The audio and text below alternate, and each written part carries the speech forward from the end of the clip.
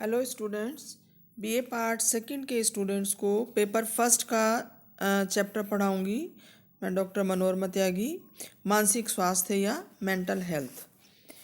मानसिक स्वास्थ्य के बारे में ये कहा जाता है कि यदि हम नैदानिक मनोविज्ञान, क्लिनिकल साइकोलॉजी और एबनॉर्मल साइकोलॉजी के इतिहास पर अगर हम ध्यान दें तो ये स्पष्ट हो जाता है कि मनोवैज्ञानिकों की जो रुचि है वो मानसिक स्वास्थ्य के अध्ययन में एक विशेष आंदोलन के फलस्वरूप हुआ।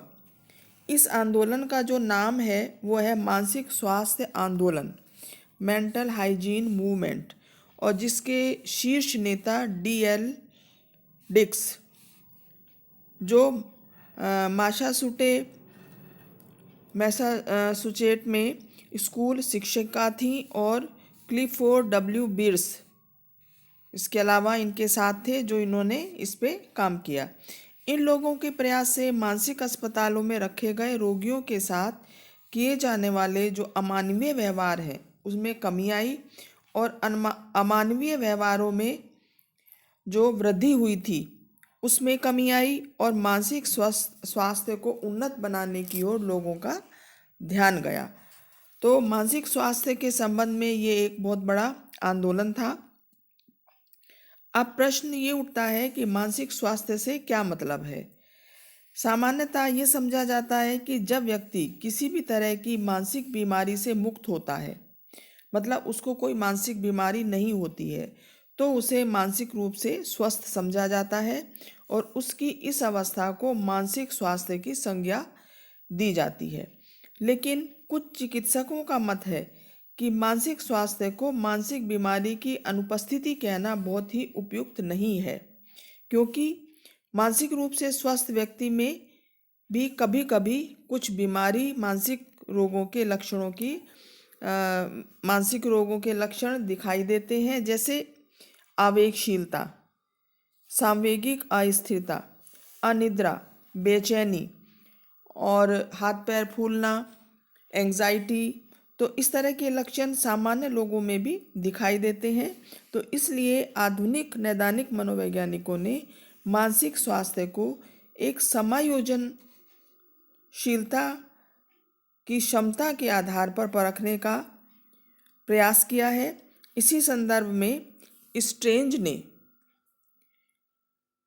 मानसिक स्वास्थ्य की परिभाषा दी और उन्होंने ये लिखा कि मानसिक स्वास्थ्य से तात्पर्य वैसे सीखे गए व्यवहार से होता है जो सामाजिक रूप से अनुकूली होते हैं और जो व्यक्ति को अपनी जिंदगी के साथ पर्याप्त रूप से मुकाबला करने की अनुमति देते हैं। तो यहाँ पर मानसिक स्वास्थ्य का मतलब ये माना गया कि समाज में जो व्यक्ति का अच्छा अनुकूलन होता है या एडजस्ट करके जो समाज में रहता है उसको हम मानसिक स्वास्थ्य की संज्ञा दे सकते हैं, या उस व्यक्ति को मानसिक रूप से हम स्वस्थ समझ सकते हैं। मानसिक स्वास्थ्य के बारे में हर्विज और स्कीड ने भी परिभाषा दी है। उनका कहना है कि मानसिक स्वास्थ्य में कई आयाम सम्मिलित होते हैं, जैसे आत्मसम्मान, अपने अंतःशक्तियों का अनुभव, सार्थक एवं उत्तम संबंध बनाए रखने की क्षमता और मनोवैज्ञानिक श्रेष्ठता। तो इन गुणों को हॉर्विज ने अपनी परिभाषा में सम्मिलित किया कि मानसिक स्वास्थ्य से तात्पर्य इन तत्वों का उपस्थित होना है। इसी तरह से कार्ल मैनिंगर के अनुसार मानसिक स्वास्थ्य अधिकतम खुशी तथा प्रभावशीलता के साथ वातावरण एवं उसके प्रत्येक दूसरे व्यक्ति के साथ मानव समायोजन है। वह संतुलित मनोदशा, सतर्क बुद्धि, सामाजिक रूप से मान्य व्यवहार, एक खुश मिजाज बनाए रखने की क्षमता है। तो कार्ल मैनिंगर की परिभाषा भी ये बताती है कि मानसिक स्वास्थ्य का जो अर्थ है वो खुश रहना, अपने वातावरण के साथ समायोजन करना, एक संतुलित मनोदशा का होना और सतर्क बुद्धि का होना मानसिक स्वास्थ्य की पहचान है। तो अगर इन परिभाषाओं का हम विश्लेषण करें तो हम कह सकते हैं कि मानसिक स्वास्थ्य के बारे में निम्न तत्व दिखाई देते हैं, जैसे सबसे पहला कि मानसिक स्वास्थ्य जो है वो एक अर्जित व्यवहार है। मानसिक स्वास्थ्य पर परिवार का, वातावरण का, बाहरी वातावरण का बहुत प्रभाव पड़ता है और इस तरह का व्यवहार स्वरूप कुछ ऐसा होता है जिससे व्यक्ति को सभी तरह के समायोजन करने में मदद मिलती है।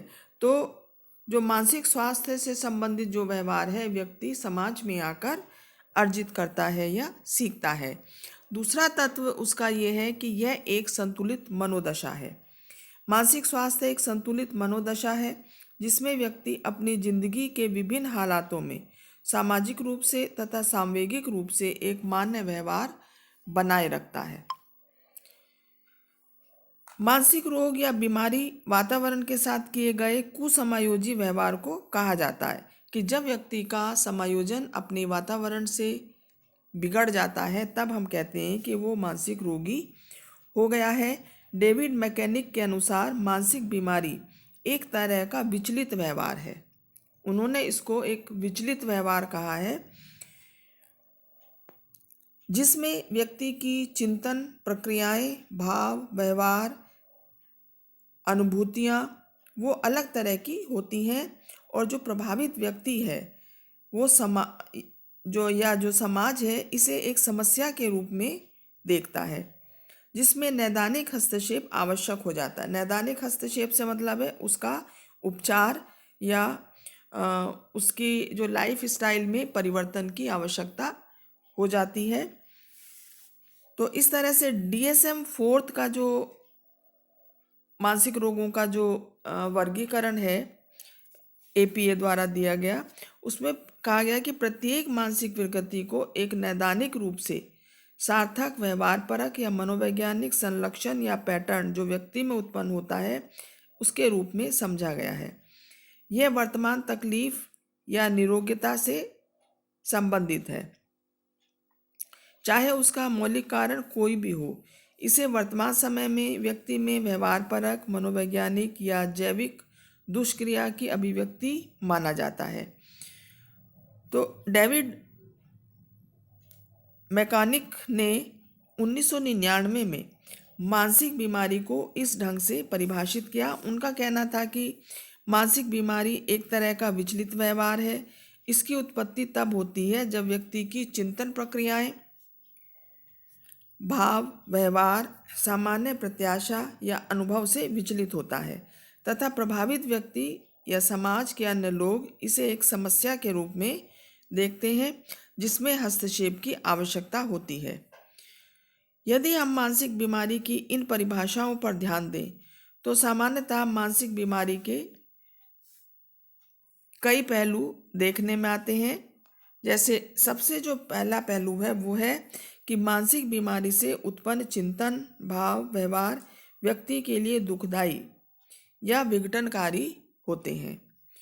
दूसरा जो पहलू है वो ये है कि समस्या व्यक्ति में, अर्थात जिसके साथ मानसिक रोग है, समस्या व्यक्ति में किसी न किसी दुष्क्रिया से समस्या उत्पन्न होती है। दूसरे शब्दों में कह सकते हैं कि मन या उसके शरीर का कोई ना कोई पहलू उस ढंग से काम नहीं कर रहा होता है जिस ढंग से उसे कार्य करना चाहिए। इसी कारण से मानसिक रोग उत्पन्न होते हैं। यदि मानसिक स्वास्थ्य और मानसिक बीमारी के क्षेत्र में किए गए जो शोध हैं उनको पर हम ध्यान दें तो ये स्पष्ट होता है कि इस क्षेत्र में 1970 के दशक तक मानसिक स्वास्थ्य और मानसिक बीमारी का एक विशेष मॉडल, जिसे सतत मॉडल कहा जाता है, उसका काफ़ी प्रभाव रहा। इस मॉडल में मानसिक स्वास्थ्य और मानसिक बीमारी को एक कंटिन्यूम के रूप में दो विपरीत ध्रुव माना गया है। अधिकतर लोग इन दो ध्रुवों के छोरों के बीच में होते देखे गए हैं। मानसिक स्वास्थ्य मानसिक बीमारी से स्पष्टतः एक भिन्न श्रेणी से नहीं समझा जाता है, बल्कि स्वास्थ्य और बीमारी तथा सामान्य और असामान्य व्यवहारों के विभिन्न मात्राएं होती हैं। मतलब स्वस्थ व्यक्ति में भी वही लक्षण दिखाई देते हैं जो एक मानसिक रोगी में, परंतु उनकी मात्रा भिन्न होती है। जैसे एक स्वस्थ व्यक्ति में भी भय की मात्रा होती है, लेकिन जब ये भय की मात्रा बहुत अधिक बढ़ जाए तो वही एक मानसिक रोग बन जाता है। तो ऐसी कोई निश्चित रेखा नहीं है जिसको कि हम बीच में खींच दें कि ये सामान्य व्यक्ति है और ये मानसिक रोगी व्यक्ति है। ये काफ़ी कठिन काम है। 1980 वाले दशक में मानसिक स्वास्थ्य एवं मानसिक बीमारी के इस सतत मॉडल से हटकर एक दूसरे तरह के मॉडल पर लोगों का ध्यान गया, जिसको असतत मॉडल कहा गया है। यह मॉडल इस बात का स्पष्ट रूप से खंडन करता है कि मानसिक स्वास्थ्य और मानसिक बीमारी एक कंटिन्यूम पर या एक सततता का निर्माण करते हैं, बल्कि इनका मत है कि मानसिक स्वास्थ्य और मानसिक बीमारी एक दूसरे से बिल्कुल फर्क है। तो इस तरह से अलग अलग विचारधाराएं इस संबंध में देखी गई हैं कि मानसिक रूप से स्वस्थ और मानसिक रूप से बीमार व्यक्ति के लक्षण कौन से होते हैं।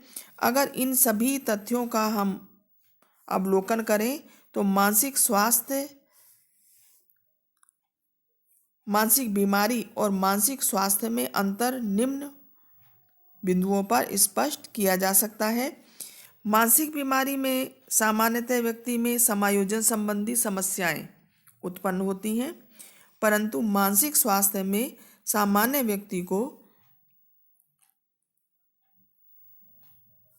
व्यक्ति को समायोजन संबंधी कठिनाई या समस्याएं ना के बराबर होती हैं।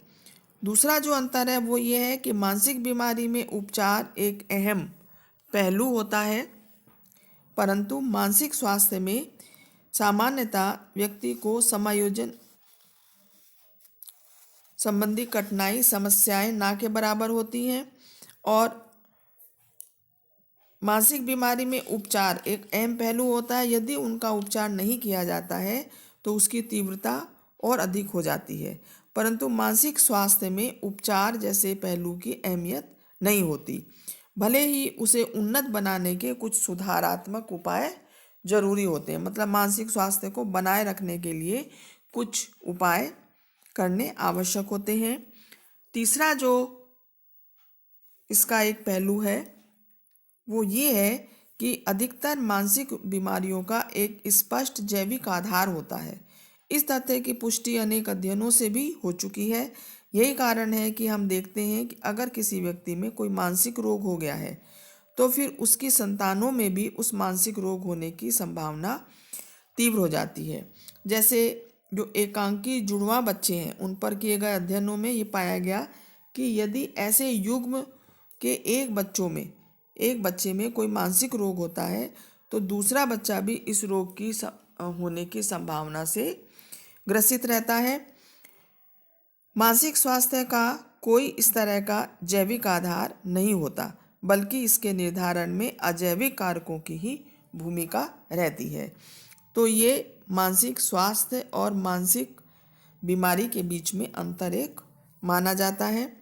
अगला जो है वो है मानसिक बीमारी और मानसिक स्वास्थ्य में नैदानिक मनोवैज्ञानिकों और मनोचिकित्सकों का ध्यान मानसिक बीमारी के अध्ययन की ओर तुलनात्मक रूप से अधिक गया है, क्योंकि यह समाज के लिए और स्वयं व्यक्ति के लिए एक बड़ी चुनौती के समान है।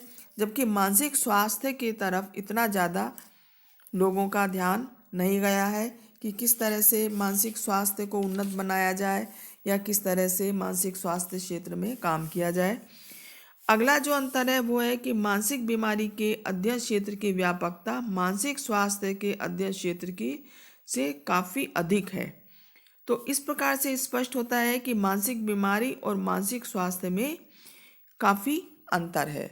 तो स्टूडेंट्स, आज मैंने आपको बताया मेंटल हेल्थ या मानसिक स्वास्थ्य किसे कहते हैं, एक मानसिक स्वस्थ व्यक्ति में क्या क्या लक्षण होते हैं और मानसिक बीमारी और मानसिक स्वास्थ्य के अंदर क्या अंतर है। तो मैं समझती हूँ आपको ये टॉपिक समझ में आ गया होगा।